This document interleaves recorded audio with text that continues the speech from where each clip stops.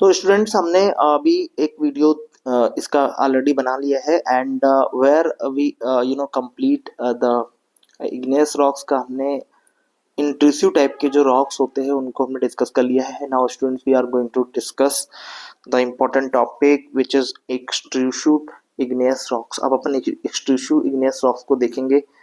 The rocks form due to the cooling of the solidification and hot molten lava. जो hot molten लावा होता है उसका जो है सॉलिडिफिकेशन होता है, कूलिंग होता है on the surface of the earth. जानते हो अर्थ ये है, मान लो अर्थ की लेयर्स, और इन लेयर्स में कहीं पे एक लेयर, जो लेयर्स हैं वो कमजोर हो गई और धीरे से यहाँ से क्या हुआ, आपका जो हॉट मॉल्टन मैग्मा है ऊपर की तरफ आएगा ऐसे, और आकर के वो अर्थ पे इस तरीके से क्या कर जाएगा, फट जाएगा, ऐसे इरप्ट हो जाएगा, और ये इरप्शन ही कहलाएगा क्या। और ये जो आप देख रहे हो ना, ये जो परत दर परत ऐसे ये जो परतें ये बन रही हैं, दीज आर द इनका कूलिंग होगा, सॉलिडिफिकेशन होगा, ठंडी होंगी, सॉलिडिफिकेशन होगा। मोल्टन फॉर्म में जो लावा ये जो अर्थ के ऊपर आएंगी तो वो लावा कहलाएंगी, और इस लावा का क्या हो जाएगा, अर्थ सरफेस पे आकर के ये ऐसे ही परत दर परत जम जाएगा, और इनसे बनती हैं आपकी वॉल्केनिक रॉक्स।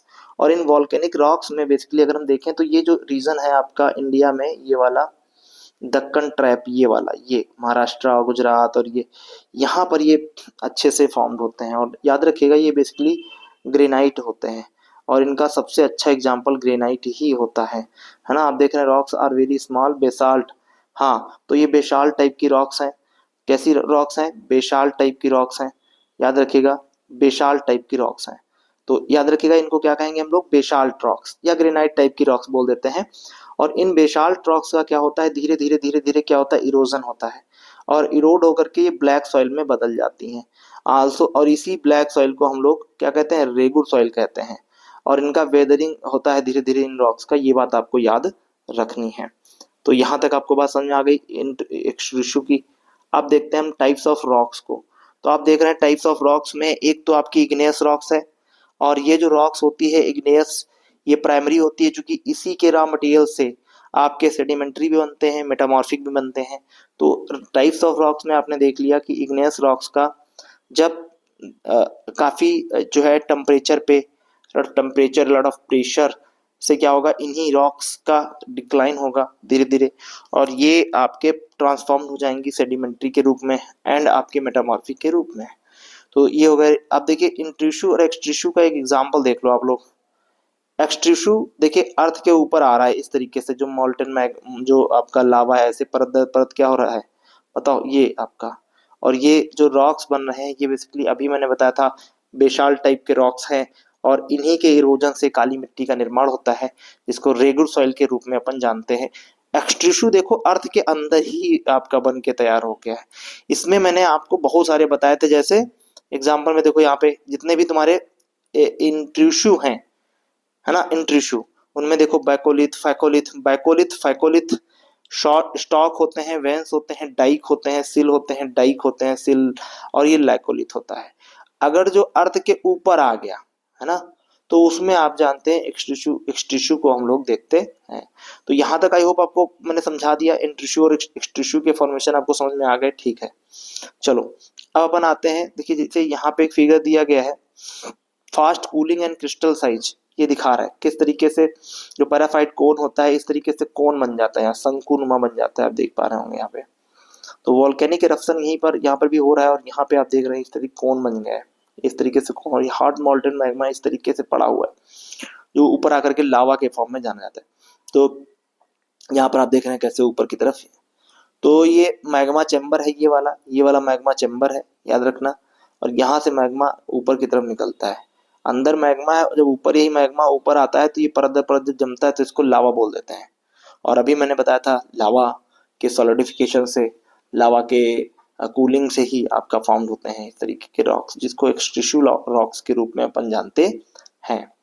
यहाँ तक बात समझ में आ गई कि नहीं आ गई बताओ भाई। शिल डाइक कैसे काम कर रहा है आप देख रहे हैं। मीडियम, अगर मीडियम कूलिंग स्पीड की बात करें, तो मीडियम क्रिस्टल साइज की बात करें तो आप देख रहे हैं छोटे होते हैं लेकिन बहुत ज़्यादा बड़े नहीं होते हैं। तो slow cooling large crystals grow, अगर स्लो आपकी कूलिंग होगी तो क्रिस्टल लार्ज पैदा होंगे, ये बात आपको याद रखनी है। अपन आगे बढ़ेंगे और चीजों को यहाँ पर क्या करेंगे, डिस्कस करेंगे। तो स्टूडेंट्स,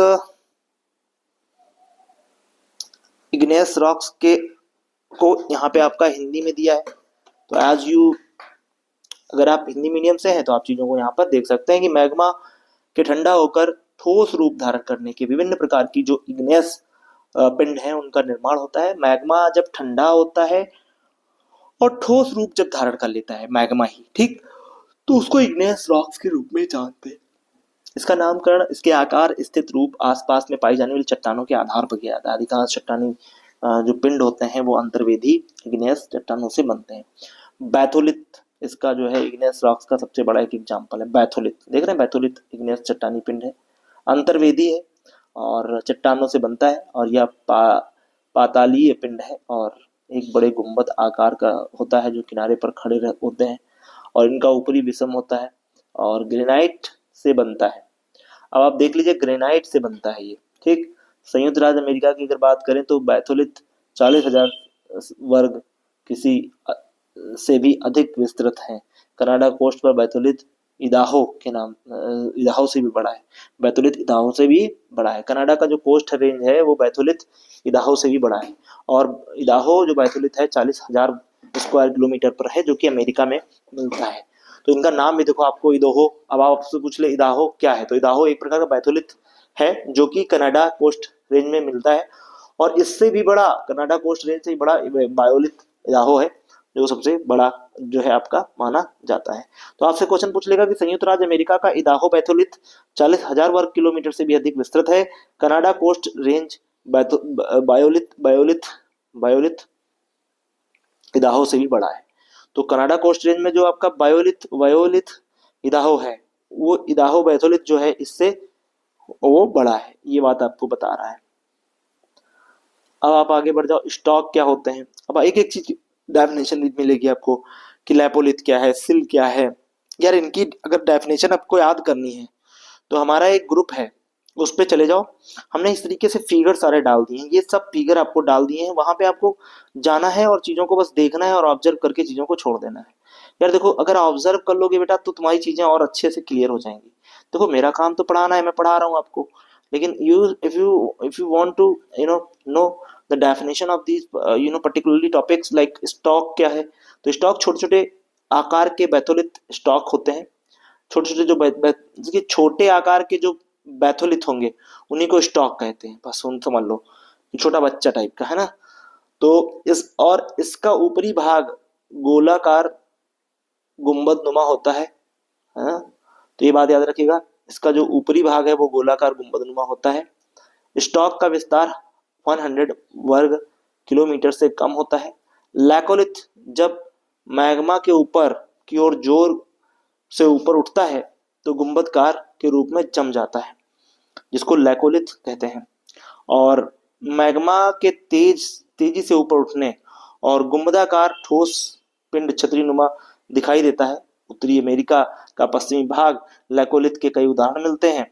और अगर हम बात करें तो लैकोलिथ बहिर्वेदी ज्वालामुखी आपका पर्वत का एक अंतर्वेदी प्रतिरूप है। अंतर्वेदी है, बहिर्मुखी ज्वालामुखी पर्वत का है, लेकिन ये अंतर्वेदी है, यानी इनर साइड में इसमें आपको देखने को मिलेगा। अब आते हैं हम लोग लैकोलिथ। लैकोलिथ का मतलब होता है, लैकोलिथ का मतलब जब मैग्मा तस्तरीनुमा आकार का रूप ग्रहण कर लेता है। तो अब है क्या कि थोड़ा सा आपको समझना पड़ेगा कि जब मैग्मा भूपृष्ठ के याद रखना समानांतर परतों में फैल जाता है तो उसे सिल कहते हैं। और मोटाई एक जो है से लेकर सैकड़ों मीटर तक होती है। छत्तीसगढ़ झारखंड में पाई जाने वाली 1 मीटर से मोटाई वाली जो सीट है, सीट को कहते हैं, ठीक है, सिल को सीट कहते हैं, ठीक है, याद रखना। डाइक और डाइक यानी जब मैग्मा लंबवत दरार में जमता है, लंबवत मतलब परपेंडिकुलर फॉर्म में जमता है तो उसको डाइक कहते हैं। झारखंड के सिंहभूम जिले में अनेक डाइक दिखाई देते हैं। अब इग्नेस रॉक्स में हम लोग आते हैं। इग्नेस रॉक्स का रूपांतरण कायांतरी चट्टानों में, यानी कायांतरी मतलब मेटामॉर्फिक में होता है। अब यार ये क्वेश्चन तुम्हारे एग्जाम में आता है, एनडीए सीडीएस में खूब आते हैं। अभी ये क्वेश्चन पूछा भी जाता है, तो इसको अच्छे से तैयार कर लो कि जो इग्नेस रॉक्स होते हैं ना भाई, जो इग्नेस रॉक्स होते हैं आग्नेय, वो कायांतरित में कैसे बदलते हैं, तो ये आपको याद रखना है। ग्रेनाइट जो है वो नीस में बदल जाता है, साइनाइट जो होता है साइनाइट नीस में बदल जाता है, गैब्रो सर्पेंटाइन में बदल जाता है, बेसाल्ट सिस्ट में बदल जाता है, और बिट्यूमिनस जो है ग्रेफाइट में बदल जाता है। तो अब जरा इसका आप अभी देखेंगे, जैसे एग्जाम्पल तो मैंने आपको बता दिए। अब यहाँ पे औषधि रॉक्स हैं, पहले इनको आप देख लो। जैसे आपको देखना है, मान लो जैसे आप देख रहे हो ये सेल है, ठीक है, ये स्लेट है, ये फिलाइट है, ये सिस्ट है, ये जेंसिस है। इंक्रीज कर रहा है मेटामॉर्फिक मॉर्फिज्म, यानी इंक्रीजिंग मेटामॉर्फिज्म को जो है डिनोट करता है ये। तो बहुत सारी चीजें हैं जो हमें भी बतानी है आपको और आपको समझनी पड़ेंगी। अब आ जाते हैं हम लोग सेडिमेंट्री रॉक्स। तो मेटामॉर्फिक रॉक्स के बाद हमने इसके ऊपर क्या पढ़ा था, इसके ऊपर इग्नेस रॉक्स पढ़ा। इग्नेस रॉक्स के बाद अब हम पढ़ने जा रहे हैं that is sedimentary rocks. Sedimentary rocks क्या होते हैं? Sedimentary rocks is on the surface of the earth due to the erosion or deposition of igneous metamorphic rocks, layered and stratified, है ना, stratified नोट कर लीजिएगा। rocks, organic matters also play a great role in the formation of the rocks, sedimentary rocks, है ना, are found about the 75% of the crust. यार ये 75% जो है क्रस्ट पर पाए जाते हैं, but they are contribute the 5% in the formation of the crust. लेकिन ये फॉर्मेशन मतलब जैसे क्रस्ट को बनाने में इनका मात्र 5% ही रोल होता है। दीज रॉक्स कंटेन फॉसिल्स, ये अपने साथ फॉसिल्स रखते हैं। On the basis of the nature of the sediments and sedimentary rocks classified into parts, some parts. अब कौन कौन से पार्ट्स हैं वो देख लो। पहला है लिख लो mechanically formed sedimentary rocks, such as अगर हम बात करें जो है स्टैंडस्टोन और conglomerates, clay rocks, shale, loesses, तो इनकी हम बात कर रहे होते हैं। अगर हम बात करें ओरिजिनली अगर हम देखें तो formed sedimentary rocks such as limestone, coal, peat etcetera. Chemically formed sedimentary rocks में कौन आ जाते हैं? चॉक आ जाता है, रॉक आ जाता है, और जिप्सम आता है, और सॉल्ट रॉक आता है। याद रखना यार ये दो प्रकार का जो हमने यहाँ पे बी और सी, ए और बी सी करा है, मतलब एक तो मैकेनिकली जो है फॉर्म्ड सेडिमेंट्री रॉक्स होते हैं, इसके अंतर्गत आपका सैंडस्टोन, कॉन्ग्लोमरेट और clay and rocks and shale and loess आता है। ओरिजिनली जो फॉर्म्ड सेडिमेंट्री रॉक्स होते हैं उनमें आपका लाइमस्टोन हो गया और कोल हो गया, पीट हो गया, ये आ जाएगा। और केमिकली जो फॉर्म होंगे उनमें चॉक है, जिप्सम, सॉल्ट रॉक्स। ठीक, ये बात आपको समझ। अब देखो यहाँ पर स्लेट, क्वार्ट्ज वगैरह सब दिखाया गया है। जीवन में कभी ना देखे हो तो देख लो इसको, है ना। चलो, अब अवसादी चट्टानों का रूपांतरण भी होता है। मैंने कहा था कि इग्नेस रॉक्स से ही सारी रॉक्स बनते हैं और उसमें सेडिमेंट्री रॉक्स भी बनता है और आपका मेटामॉर्फिक भी बनता है। तो अब देखना यहाँ पे सरपेंट को सरपेंसिस्ट कहते हैं, बलुआ पत्थर को क्वार्टजाइट के रूप में बोलते हैं। और इस बार एनडीए में क्वार्टजाइट से क्वेश्चन आया था, याद रखना, सीडीएस में भी आया था। सेल से स्लेट बनते हैं, चूना पत्थर से संगमरमर बनता है, और जो लिग्नाइट कोयला है उसके एंथ्रेफाइट कोयला फॉर्म होता है। यहाँ तक आपको बात याद रखनी है। कायांतरित में देख रहे हैं आप, कायांतरित चट्टानों को देख लें तो मेटामॉर्फिक रॉक्स पर जब ज्यादा ताप, दाब, टेम्परेचर, प्रेशर डाला जाता है तो जो के कारण इग्नेस एवं अवसादी चट्टानों का रूपांतरण किसमें हो जाता है? कायांतरित चट्टानों में हो जाता है। यानी यही रॉक्स जब इन पर बहुत ज्यादा ताप, दाब या फिर तभी जाकर के जो है आपका चेंज हो पाती है। तो इसमें जैसे कायांतरित कैसे बनती है? स्लेट से फाइलाइट कहते हैं, फाइलाइट से सिस्ट कहते हैं, और हाँ, तो बस इतना ही आपको समझना था। तो ये एग्जांपल हो गए आपके इसके। अब देखो यहाँ पर हमने जो लिखा है वो मेटामॉर्फिक रॉक्स है। तो मेटामॉर्फिक रॉक्स बेसिकली कंप्लीटली अगर हम देखें तो metamorphic rocks formed due to the complete देख रहे हैं alternation of the appearance of the constitution of the pre-existing due to the change of the mineral composition and texturing जो है temperature and pressure. These are the hardest rocks contains, क्या क्या रखते हैं ये लोग मेटामॉर्फिक रॉक्स में? क्या क्या देख रहे हो आप? मार्बल से लाइमस्टोन, क्वार्टजाइट, लैंडस्टोन, कॉन्ग्लोमरेट, है ना।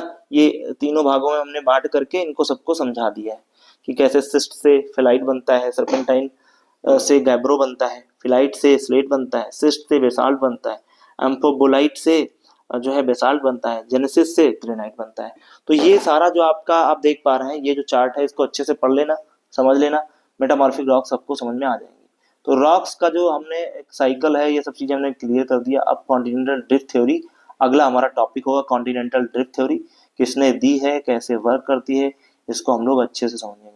तो आज हमारा ये जो टॉपिक था रॉक्स का हमने खत्म कर दिया। शाम को हम इसी रॉक्स से कम 15 से 20 क्वेश्चन लेकर के आएंगे and you should stay and watch the video and where हम केवल एनडीए और सीडीएस में पूछे गए प्रीवियस ईयर के क्वेश्चन करेंगे भाई, और जो बेस्ड होंगे रॉक्स पर। जितने भी क्वेश्चन है सबको यहीं पे राम नाम सुहा कर देंगे, तो आपका रॉक्स एकदम बेहतर तरीके से तैयार हो जाएगा। आई होप ये वीडियो आपको समझ में आया होगा। हमने देखो दो फॉर्म में बना दिया है ताकि आप बहुत बोर ना हो, है ना। एक 17 मिनट का है और एक ये 15-20 मिनट का जाएगा, ये भी हाँ 17-18 मिनट का जाएगा। तो दो वीडियोस में हमने रॉक्स को खत्म कर दिया, पार्ट 1 और पार्ट 2 करके यूट्यूब पे भी मिल जाएगा और सब जगह आपको मिल जाएगा, इसको आप देख सकते हैं। और यार हमारा ना आप फ्री का एक बैच है जो कि हमने लॉन्च किया है, बच्चों को खाली मेंटोर करना है। आप लोग देखो यार लाखों रुपए फी दे देते हो और वहाँ पे आपको गाइडेंस सही नहीं मिलता है, और गाइडेंस सही न मिलने के कारण आपकी जो एनर्जी है ना वो गलत डायरेक्शन में चली जाती है और आप जीएटी वगैरह में फेल हो जाते हो। और जब जीएटी में फेल होते हो तो मैथ्स में चाहे जितना अच्छा आपने किया हो कोई मतलब नहीं है। यार देखो सिलेक्शन उसका है जो एवरेज है ओवरऑल, जिसका डेवलपमेंट है, जो हर चीज़ों को जानता है। ऐसा नहीं कि एक चीज़ में बड़ा महारत हो गया है बाकी आप महारत हो नहीं। और जैसे मान लो इस बार आप जीएटी में आप जीएटी के बड़े महारथी थे, इंग्लिश के बड़े महारथी थे, लेकिन साइंस के उतने नहीं थे, तो साइंस आपको मटिया देगा। साइंस के बहुत बड़े आप महारथी होते तब भी साइंस में इस बार लोग डुबा गए, है ना। तो जिन्होंने बढ़िया पॉलिटी और हिस्ट्री इकोनॉमी साइंस सब पूरा किया था उनका अच्छा गया पेपर, उनका हो जाएगा। तो बस यार सिलेक्शन बहुत सिंपल है, तुम लोग थोड़ा सही से ईमानदारी से करो और मैं जो बता रहा हूँ आप उसको फॉलो करो। और ये ऐसे नहीं बता रहा हूँ भाई, ठीक है। 3-3 4-4 बार हमने खुद जो है सीडीएस एसएसबी देखी है ना। और ये कोई फेक नहीं है, और आप जहाँ पढ़ते हैं वहां पर आप एक बार पूछ करके देखिएगा जो टीचर्स पढ़ा रहे हैं, है ना। कि जीवन में कभी कोई एग्जाम दिए हैं, निकाले हैं, क्या किए हैं लाइफ में, बस खाली आकर के पढ़ाना चालू कर दिए, है ना। वो पीपीटी बना लिए हैं, पीपीटी ला करके लगा देते हैं, उसको पढ़ाना चालू कर देते हैं, बस वही उनको रट गया है और जीवन भर से वही करते चले आ रहे हैं। और एनडीए सीडीएस यार कभी कहता ही नहीं तुम कोचिंग करो।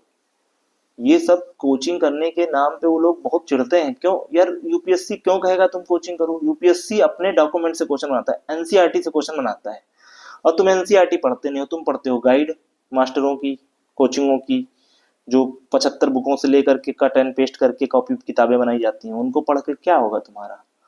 तो डॉक्यूमेंट जो भारत सरकार का एनसीईआरटी है उसको खरीदो, उसको पढ़ो अच्छे से। 12 तक अच्छे से एनसीईआरटी आ रही होगी, तुम्हारा एग्जाम निकल जाएगा भाई। उतना टफ बनाते ही नहीं है कि तुम्हारा एग्जाम ना निकले, वो ये बनाते हैं कि बच्चा 12 करके आया है और हम 12 के जो टॉपिक जो दे रखे हैं आयोग ने उसी से क्वेश्चन बनाता है। तो जगो, नहीं तो फिर ऐसे ही सोते रहोगे भाई, ठीक है। आज इतना ही रखते हैं, मिलते हैं फिर नेक्स्ट टाइम, ठीक है। Thanks for watching. और आप नीचे कमेंट कर सकते हैं आपको अगर कोई टॉपिक दिक्कत कर रहा है, ज्योग्राफी में, पॉलिटी में, इकोनॉमी में, हिस्ट्री में, कहीं भी आपको दिक्कत आ रही, टॉपिक डालो, मैं वीडियो बना के आपको दूंगा, आप बना के दूंगा और समझो आप उसको अच्छे से, ठीक है। Thanks for watching.